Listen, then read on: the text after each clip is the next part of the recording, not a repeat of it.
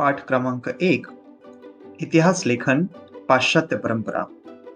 वर्ग 10.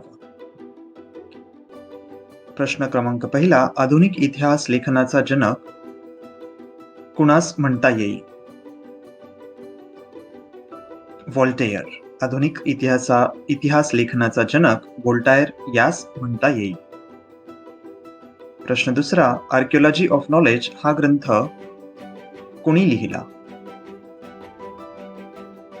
Archaeology of knowledge हा ग्रंथ मायकेल फुको यांनी लिहिला. पुढीलपैकी चुकीची जोडी ओळखून लिहा. Karl Marx discourse on the method. पुढील संकल्पना स्पष्ट करा.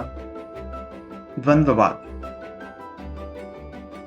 हेगलच्या मते कोणत्याही घटनेचा अर्थ लावण्यासाठी तिची वर्गवारी 2 विरोधी प्रकारात करावी लागते. त्याशिवाय मानवी मनाला त्या घटनेचे आकलन होत नाही. उदाहरणार्थ खरे खोटे, चांगले वाईट. या पद्धतीत प्रथम एक सिद्धांत मांडला जातो, त्यानंतर त्या सिद्धांताला छेद देणारा प्रतिसिद्धांत मांडला जातो. या दोन्ही सिद्धांतांच्या तर्काधिष्ठित उहापोहानंतर त्या दोहोंचे सार ज्यात समावलेले आहे अशा सिद्धांताची समन्वयात्मक मांडणी केली जाते.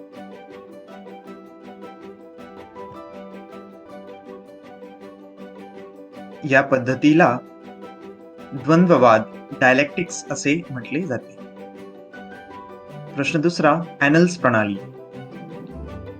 20व्या शतकाच्या सुरुवातीस फ्रान्समध्ये ॲनल्स नावाने ओळखली जाणारी इतिहास लेखनाची प्रणाली उदयाला आली. इतिहासाचा अभ्यास फक्त राजकीय घडामोडी, राजे, महान नेते आणि त्या अनुषंगाने राजकारण, मुत्सद्देगिरी, युद्धे यांच्यावर केंद्रित न करता तत्कालीन हवामान, स्थानिक लोक, शेती, व्यापार, तंत्रज्ञान, दळणवळण, संपर्काची साधने, सामाजिक विभागणी आणि समूहाची मानसिकता यासारख्या विषयांचा अभ्यास करणेही महत्त्वाचे मानले जाऊ लागले. ॲनल्स प्रणाली सुरू करण्याचे आणि तिचा विकास करण्याचे श्रेय फ्रेंच इतिहासकारांना दिले जाते.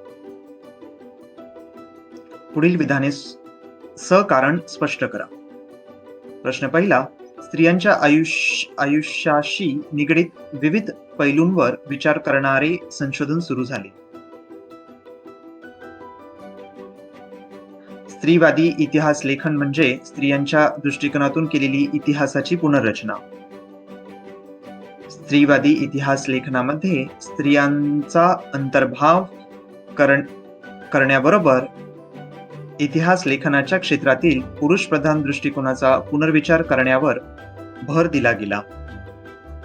त्यानंतर स्त्रियांच्या आयुष्याशी निगडित नोकरी, रोजगार, ट्रेड युनियन, त्यांच्यासाठी काम करणाऱ्या संस्था, स्त्रियांचे कौटुंबिक आयुष्य यासारख्या विविध पैलूंचा सविस्तर विचार करणारे संशोधन सुरू झाले. प्रश्न 2.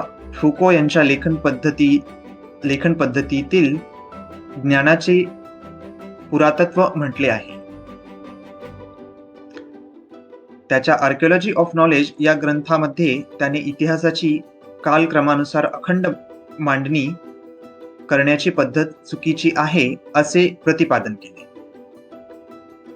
पुरातत्वामध्ये अंतिम सत्यापर्यंत पोहोचणे हे उद्दिष्ट नसून भूतकाळातील स्थित्यंतरांचे स्पष्टीकरण देण्याचा प्रयत्न असतो याकडे त्याने लक्ष वेधले.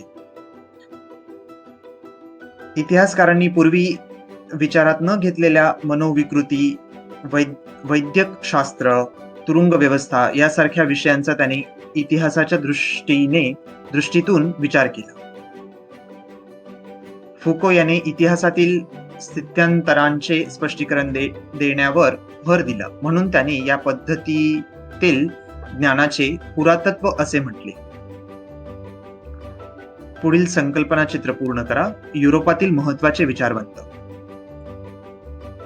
Renee Descartes, George Wilhelm Friedrich Hegel, Voltaire, Leopold von Ranke.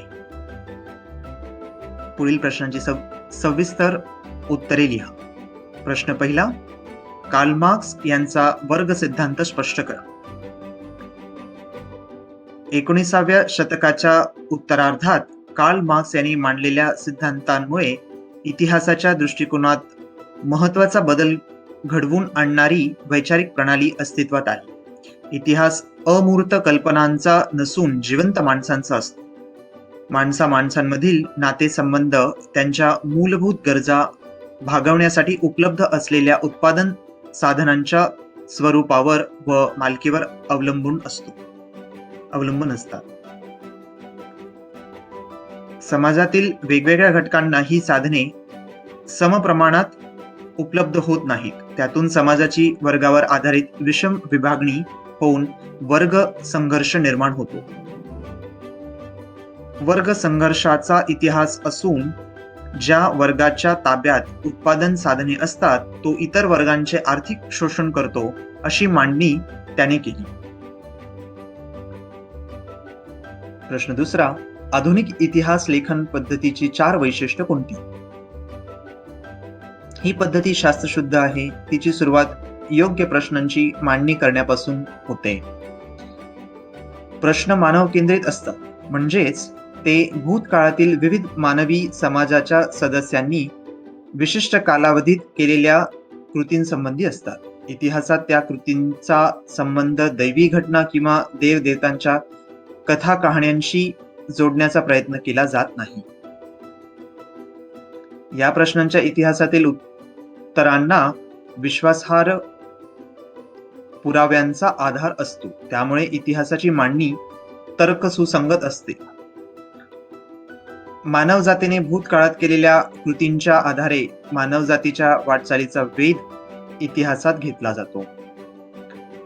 पुढील प्रश्नांची सविस्तर उत्तरे लिहा. प्रश्न तिसरा, स्त्रीवादी इतिहास लेखन म्हणजे काय? स्त्रीवादी इतिहास लेखन म्हणजे स्त्रियांच्या दृष्टिकोनातून केलेली इतिहासाची पुनर्रचना.